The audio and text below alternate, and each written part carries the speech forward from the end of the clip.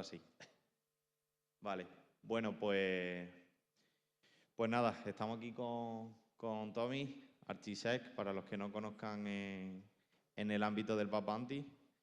Bueno, a título personal, para mí es decir que es un privilegio contar, ya que me gusta como usuario, este tipo de, bueno, pues en el ámbito del Bug Bounty, esta modalidad de seguridad ofensiva.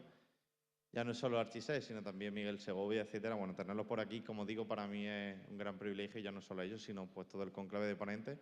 Y quería, bueno, para aprovechar este pequeño espacio, pues darle las gracias una vez más a todos los profesionales que están aquí hoy con nosotros y en el día de ayer también. En concreto, Archisec, bueno, para que no lo conozcan, bueno, pues ingeniero de seguridad informática por la Universidad de Castilla-La Mancha, pero entre otras cosas la gente lo conoce como se conoce al 100% a full time de Bug Hunter.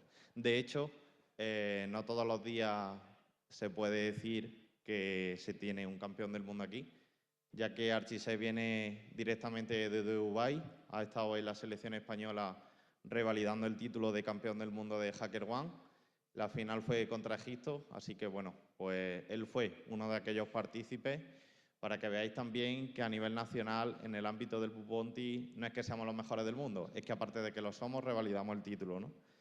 Entonces, ya digo, por no explayarme mucho, ya que aquí al final el protagonista es él, pues estamos todos un privilegio. Ha descubierto vulnerabilidades, como os podéis imaginar, en las mayores entidades del mundo, con criticidades muy altas. Y en ese aspecto, pues la charla que nos va a contar hoy, ¿no? Pues el lado mágico desde el punto de vista del cliente, como sabéis, pues se discierne un poco del client side, del server side.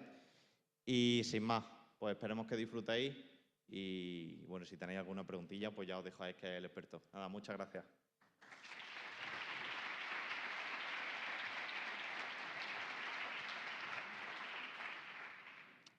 ¿Se escucha? Sí. Bueno, muchas gracias a la organización de Hackend por organizar todo este evento y a David por sus palabras y sobre todo por aceptarme como candidato para poder exponer una charla aquí.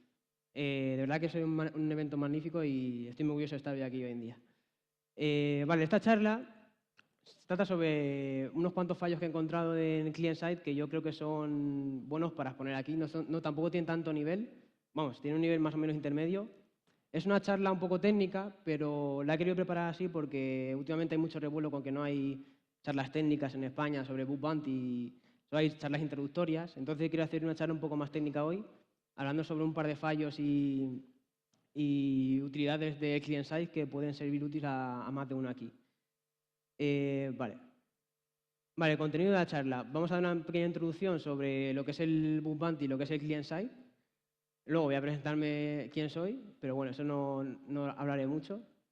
Y luego hablaré tres fallos técnicos, que uno es un XSS con un bypass del WAF que es bastante chulo, y luego un Self XSS to Account Cover, y el último un client-side para traversa para Account Cover. He tenido que hacer un pequeño cambio a última hora porque iba a presentar, en vez del caso 1, un fallo en Chrome, en el navegador, pero lo he reportado porque creo que es un 0D, así que no lo puedo traer. Vale. Bueno, introducción. Aquí no quiero perder mucho tiempo porque hay muchas charlas de Bug Bounty. De hecho, el propio David tiene bastantes charlas introductorias de Bug Bounty. Básicamente es lo que hace un pentester, pero en la empresa que tú quieras, el tiempo que tú quieras y a la hora que tú quieras. Es buscar fallos en sistemas para empresas reales que están en plataformas o bien tienen programas privados a cambio de una recompensa monetaria. Estos son los tres fallos que quería comentar hoy. El primero no está en orden, pero es el One Click Account Cover, que bueno, este realmente ha sido que he cambiado, ¿vale? El segundo, que era con eso que he comentado, así que se cambia por el primero. El Client Side Path Traversal y un XSS que tengo con uno que está aquí presente, Jotita.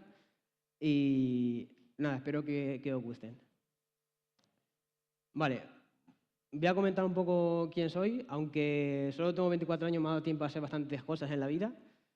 Me gradué en Ingeniería Informática hace 2 años y medio en la Universidad de Castilla-La Mancha y desde junio del año pasado llevo dedicándome al Bug Bounty a tiempo completo. Antes estaba en Telefónica, en algo que no tiene nada que ver con el pentesting, estaba en la rama de cloud, llevando todas herramientas como Dom9, Qualys, que muchos de vosotros conocéis. Y actualmente hemos sido campeón del mundo en Dubái, en la WWDC, que es el campeonato mundial que hay de ciberseguridad más grande que organiza HackerOne. Y nada, esto es un poco más o menos de mí, tampoco me gusta hablar mucho. Vale, aquí sí quiero hacer un breve inciso para diferenciar qué es el client-side y qué es el server-side. Muchos de vosotros, sobre todo, también estáis enfocados al server-side, porque es la mayoría de impactos, o sea, la mayoría de bugs que tienen más impactos en las empresas, porque afectan realmente a la propia empresa, son los fallos que generan logs en los SIEM. Para diferenciar, básicamente, en el server-side, el objetivo final es impactar a la propia empresa o al servidor final, es decir, hacer daño económicamente a la empresa en vez de al usuario final, como es el caso del client-side. Aquí en el client-side, el máximo impacto que se busca es impactar al usuario final, es decir, el usuario que usa la página web de la empresa o el que usa una herramienta de una empresa. Ahí tenéis un breve ejemplo para conocer un poco más o menos de lo que vamos a hablar. Es un XSS. ¿Alguien no sabe lo que es un XSS? Es el fallo más típico client-side, es un cross-site scripting, que es ejecutar JavaScript en el navegador de la víctima. Este es basado en DOM, ¿vale? Simplemente coge los parámetros de la URL con el típico interrogación y los parámetros y lo pone en un inner HTML. Es decir, tú puedes poner cualquier etiqueta HTML y te lo va a renderizar en la página. Vale, vamos a pasar ya al primer caso. Este caso lo he querido poner porque muchos de vosotros utilizáis siempre que hacéis pentesting y tal, nunca podéis, hay alguno que no podéis escalar un HTML injection a XSS por el propio WAF o porque bien no tenéis tiempo. Esto es un caso que me tocó investigar hace bastante tiempo porque tenía un XSS que no podía escalar porque el WAF me bloqueaba tanto puntos, paréntesis, comillas dobles, comillas simples. Y seguro que tomar nota porque esto puede servir bastante en el día a día. Antes de nada decir que no he puesto el disclaimer, pero todo lo que voy a comentar he censurado obviamente los dominios que son realmente y he puesto que el dominio afectado es vulnerable domain o en los endpoint, por ejemplo, ejemplo.com o some endpoint. Vale, en este caso el XSS estaba en un parámetro de la URL, pero se renderizaba en DOM. Es decir, luego en el DOM de la página, en el propio funciones que tiene JavaScript la página, te interpretaba ese parámetro y hacía finalmente un location.href igual y te redirigía a esa página. El JavaScript 2 puntos es un esquema que se utiliza en el propio HTML para renderizar JavaScript, no redireccionar a una página.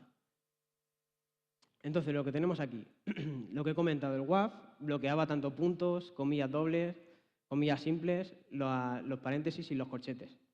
Entonces, el típico payload de imagen src o error igualable no vale aquí.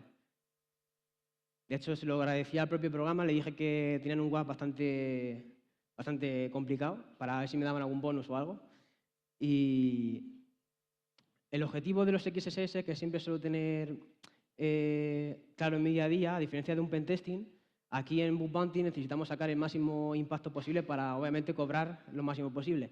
Entonces nosotros, a diferencia de pentesting, aunque no he hecho nunca, lo que me han contado es que tiene un tiempo limitado y cualquier fallo lo reportan. Entonces nosotros siempre intentamos sacar el máximo dinero posible a los fallos y es por eso que aplicamos cierta creatividad a los fallos para sacar el máximo impacto.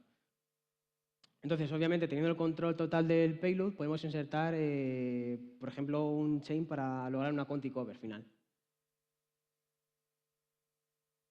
Vale, para explicar esto, hace falta explicar para desarrollar todo el chain del exploit, hace falta explicar el origen de este bypass. Realmente, todos los que son developers de frontend sabrán esto, pero hay gente que no lo sabe. Tú desde una página hay que diferenciar entre origen y site. En site, por ejemplo, imaginemos dos dominios, test.ejemplo.com y ejemplo.ejemplo.com. El site de esos dos dominios es ejemplo.com, es decir, como por así decirlo, el FQDN de los dominios. Y el origen es el propio dominio, es decir, ejemplo.ejemplo.com es el origen. Tú desde una ventana cross-site, es decir, un origen o un site que no tenga nada que ver, puedes abrir una ventana en el propio navegador con distinto origen. Es decir, desde archi.com puedo abrir una página de ejemplo.com, ¿vale? Y esa misma llamada, la función windows.open admite un segundo parámetro que es el nombre de la ventana. Lo guay de esto es que en la segunda ventana que se abre tiene la referencia a ese valor. O sea, va a saber lo que vale el nombre de su ventana, con windows.name. Entonces, lo interesante de este bypass, antes de sacarlo, es que podemos jugar a meterle payloads en el windows.name para luego porque ese valor no lo va a ver el WAF. O sea, es un valor que se pasa entre ventanas y no tiene nada que ver con el servidor. Entonces, para continuar, como sabéis que he comentado que te bloqueaban tanto puntos, paréntesis, corchetes, usé una función que se llama funciones anónimas en JavaScript, que bueno, esta es la sintaxis completa. Básicamente, en el primer parámetro le pones el nombre de la función y algunos parámetros más que no son necesarios para saber, y luego el contenido de esa función. Esto lo que hace por detrás es crear una función en JavaScript con nombre X y contenido, en este caso, alert1. Los dos paréntesis del final son para directamente llamar a la función y que no solamente se declare, sino que también se ejecute. Como he comentado, puedes ponerle al windows.name alert1 y crear una función con nombre X con lo que tenga el windows.name que se lo pasamos desde la otra ventana. Esto, obviamente, como he comentado, no te deja ni puntos, ni corchete, ni paréntesis. Entonces, este payload no funciona. Pero existe una cosa muy interesante en JavaScript que nos lo inventaron los developers, que a nosotros nos hace mucha gracia, que son las comillas invertidas de templates. Tú puedes crear una función con nombre X, entre los dos le pasas la variable name y los dos comillas invertidas del final es lo que he comentado antes, para que se ejecute la función no solamente se declare. Entonces, con esto yo estoy creando una función en JavaScript que va a tener alert1, lo que le pasa en el windows.name. Entonces, el exploit final es desde, por ejemplo, archi.com.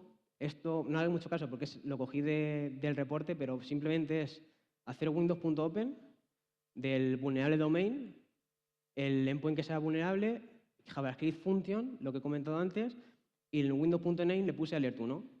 Esto finalmente va a abrir una ventana con el dominio vulnerable y va a crear una función que tenga el contenido alert1 y lo va a ejecutar directamente. Y eso así pude pasar el WAF y todas las restricciones que tenían. Vale. El segundo fallo es un self-XSS. Quien no sepa lo que es un self-XSS es un fallo que nunca te pagan en el bug bounty. Es un fallo que afecta solamente al usuario atacante, ¿vale?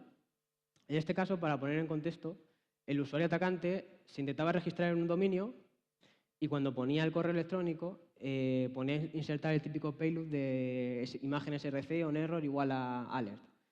¿Qué pasa? Que eso solo se refleja en el propio atacante. Es decir, tú no puedes decirle a la víctima, no tendría sentido decirle a la víctima, no, tienes que ir aquí, poner el correo electrónico vulnerable y que te ejecute el alert. Eso es un self-XSS, un fallo que solo afecta al atacante. Para escalar esto, el objetivo, bueno, antes de nada, lo bueno de esto es que cuando tú te intentabas registrar, esa página de registro se guardaba una sesión. Es decir, se almacenaba una cookie en el navegador del atacante con el valor de la sesión para el registro, por si luego, yo imagino que esto es por si luego quería registrarse una hora más tarde, poder hacerlo y que se guarde su correo electrónico. Entonces, el objetivo de esto es intentar hacer que el fallo le afecte a la propia víctima, no solo al atacante. Esto, obviamente, por ejemplo, en un pentest normal lo reportarías y ya, porque no tiene más. O sea, no te vas a parar el tiempo necesario a escalar esto. Pero nosotros intentamos siempre buscar el máximo impacto para ganar lo máximo posible. Entonces, el objetivo de esto es intentar poner a la víctima la sesión del atacante, para que cuando vaya a la página de registro se le ejecute el payload.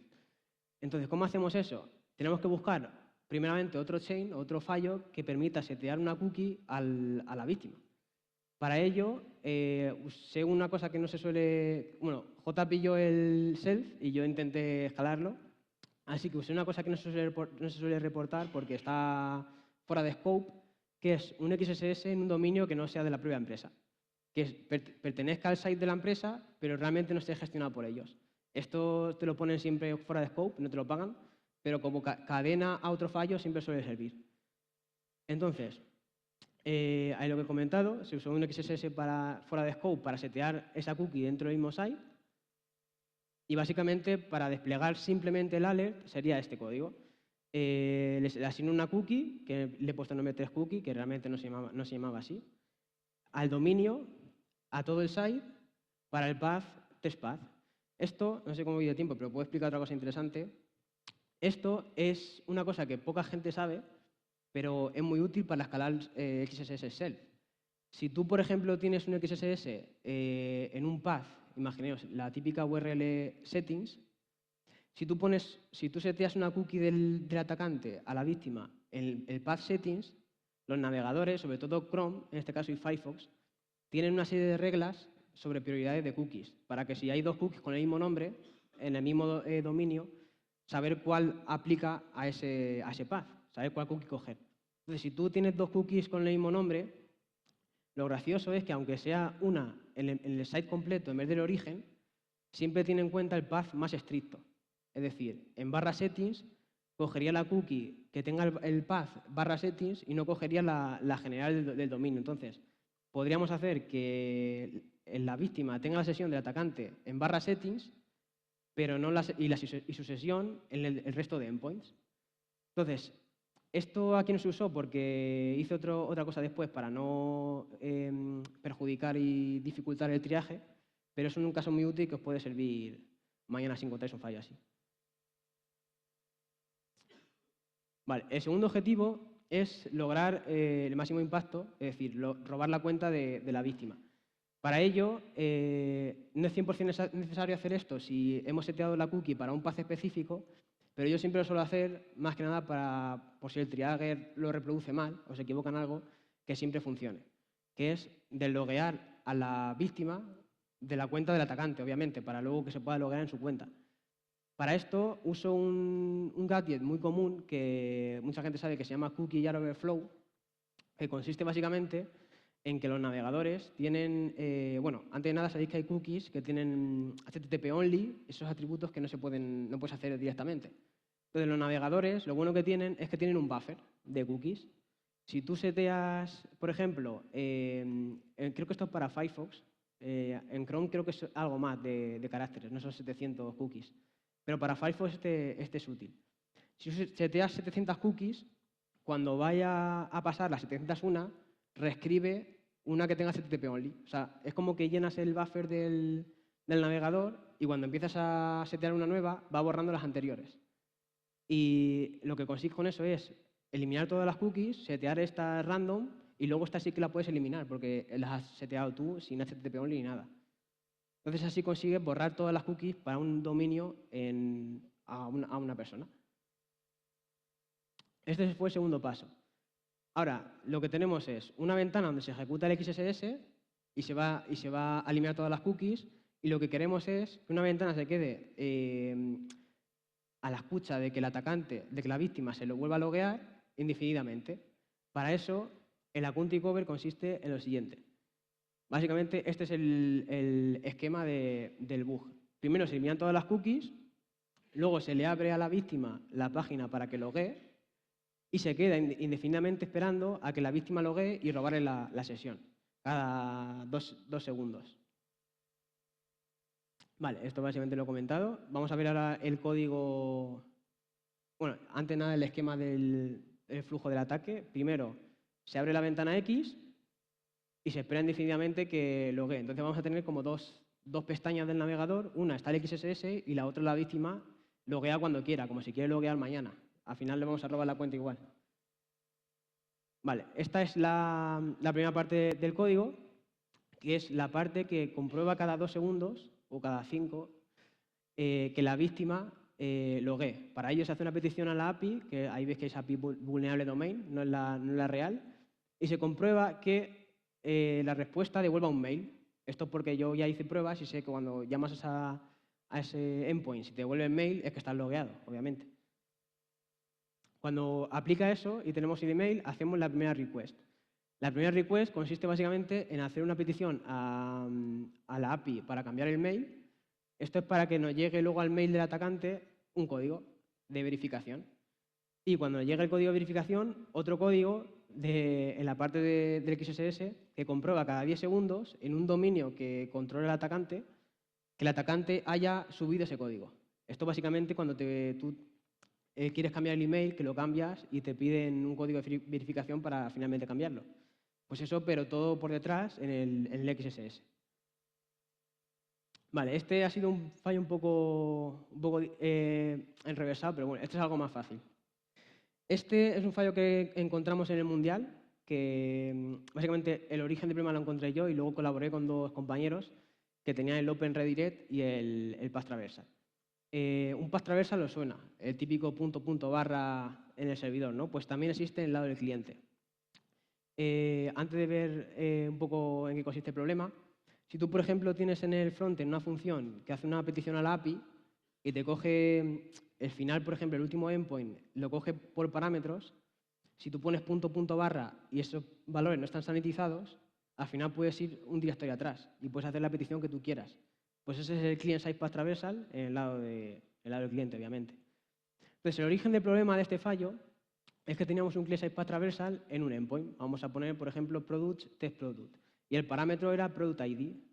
El problema real es que luego, en ese mismo endpoint, el servidor procesaba en el frontend la petición que hacía y el resultado había un sync. Un sync en JavaScript es una función vulnerable o que puede desencadenar en un XSS. Había un sync que básicamente era que redirigía al usuario a un valor que devolvía esa petición, básicamente. Ahora vamos a ver el código, un ejemplo del esquema. Entonces, este es básicamente, no es 100% lo que había en el dominio vulnerable, pero es una asimilación. Cogía por parámetro el product ID, comprobaba que estaba, y luego hacía un fetch a ese dominio sin sanitizar el product ID. De tal forma que si yo pongo, por ejemplo, punto barra, puedo ir al endpoint API, no a API products. En ese consiste el path traversal. Y luego lo que hacía era, sacaba de un JSON que devolvía la respuesta, de un load link y redirigía finalmente aquí a ese enlace. ¿Os acordáis antes del esquema de JavaScript? Pues por ahí van los tiros. Vale, aquí es la parte primera, el client-side path traversal. El primer problema es, como os comentaba, que es el path traversal. Como no sanitiza el valor de product ID, tú puedes insertar punto barra y ir directorios atrás, recursivamente. Entonces, de tal forma que si yo, por ejemplo, pongo product ID punto barra archi, en lugar de hacerme una petición a API product archi, va a hacer una petición API product archi, punto archi, finalmente a barra archi. Entonces,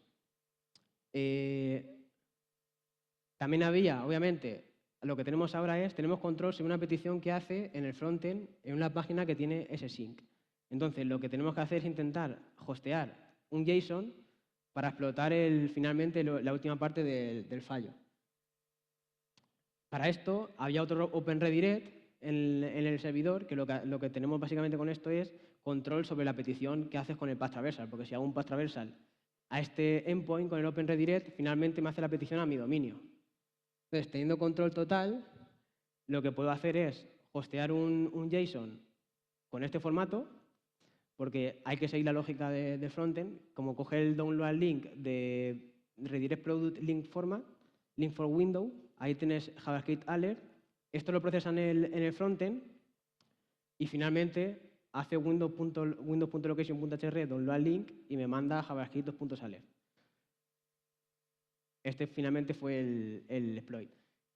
Product ID punto barra random path, donde estaba el Open Redirect, y controlo básicamente el JSON que se devuelve a la página. Y finalmente ahí tenéis el alert. Esta es la foto real del reporte. Ahí podéis ver que realmente el parámetro no era muy distinto a Product ID. Y fue reportado y no sé cuánto, creo que nos pagaron bastante por este fallo. Vale, esta última parte de la Bounty Cover no la he comentado mucho porque realmente es específica de la aplicación y si comento algo seguramente alguno puede saber qué página es, así que no la he comentado mucho, pero básicamente la idea la puedo comentar. Es una técnica que yo no he escuchado nunca, ¿vale? De hecho, no he visto ningún artículo de la técnica esta, no sé ni siquiera si tiene nombre, pero yo le he llamado OAuth Poisoning, ¿vale? Básicamente, lo que consiste esto es en primero estudiar el flujo del OAuth de la página y saber cómo funciona realmente la autenticación. Me di cuenta de que si yo, por ejemplo, seteo una cookie a la víctima, llamémosle cookie igual a X, si finalmente loguea, yo con esa misma cookie puedo acceder a un endpoint y obtener el access token de la víctima. Es como un OAuth Poisoning. Seteo una cookie y cuando loguee, si quiero loguear la semana que viene, yo luego puedo acceder con esa misma cookie al access token de la víctima. Básicamente este es el esquema del account recovery. Una vez tenga el XSS controlado, lo que hago es creo un timeout para simplemente pasar el tiempo que va a estar chequeando que la víctima ha autenticado. Obviamente le elimino todas las cookies como antes para desloguear al atacante. Siempre lo suelo hacer para que no haya problemas en el triaje. Le seteo la cookie 1 y cookie 2. En este caso entraban en juego 2 cookies, no solamente una, para el OAuth. Y cuando la víctima logue, le redirijo a la página de login. Cuando loguee, ya puede ser mañana, puede ser pasado, cuando quiera, yo luego con esas mismas cookies puedo acceder al access token de la víctima. Y ese es básicamente el exploit final de este ataque. Simplemente el clean path traversal, lo que hacemos es, con el path traversal, obtenemos el control total del fichero que va a acceder en el frontend con el Open Redirect, y cuando me coja mi fichero, lo parsea y hace el windows.location.href a la URL que le he puesto. Y finalmente así es el XSS. Y bueno, también lo quiero hacer un poco más corta por si queréis ir a comer antes y sobre todo por si queréis hacer preguntas. Así que nada, muchas gracias por estar aquí y escuchar esta charla. Y si tenéis alguna pregunta me podéis hacer sin problema.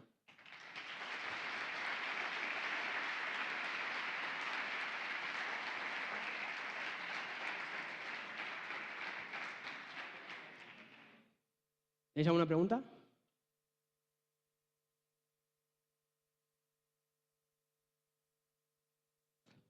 ¿Tienes micrófono ahí?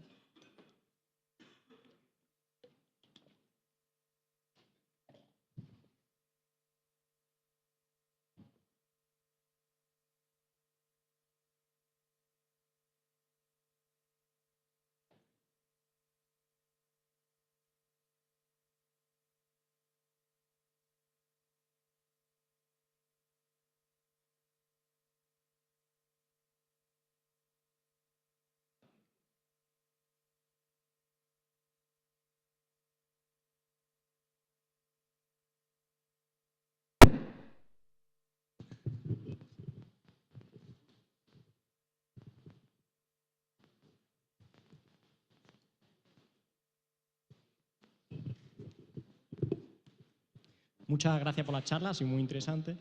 Y la duda que tengo, que en el path traversal que ha explotado para el XSS, he visto que en la URL utiliza el path traversal para volver al Open Redirect que tiene ahí. Pero, ¿cómo ejecuta el JavaScript? ¿Con el esquema que está dentro del archi.com o...? A ver si vuelvo al... Este es el código, ¿vale? Aquí es donde se mete el path traversal, en Product ID, y realmente el fetch lo va a hacer luego a la página vulnerable, al Open Redirect. El fetch va a seguir el Open Redirect y va a traer mi archivo, en vez del uno que solicita él. Vale, Ese es básicamente el ese código. otro archivo es en el servidor tuyo que tienes comprometido, o que es un servidor que tiene acceso desde el mismo cliente, entiendo, ¿no? Claro, es un servidor mío donde yo hosteo el JSON. Entonces, con el Open Redirect y con este client path traversal puedo obtener ese fichero para que luego lo procese en el frontend. Vale, vale, entiendo. Pues muchas gracias. Nada, a ti. ¿Alguna otra pregunta?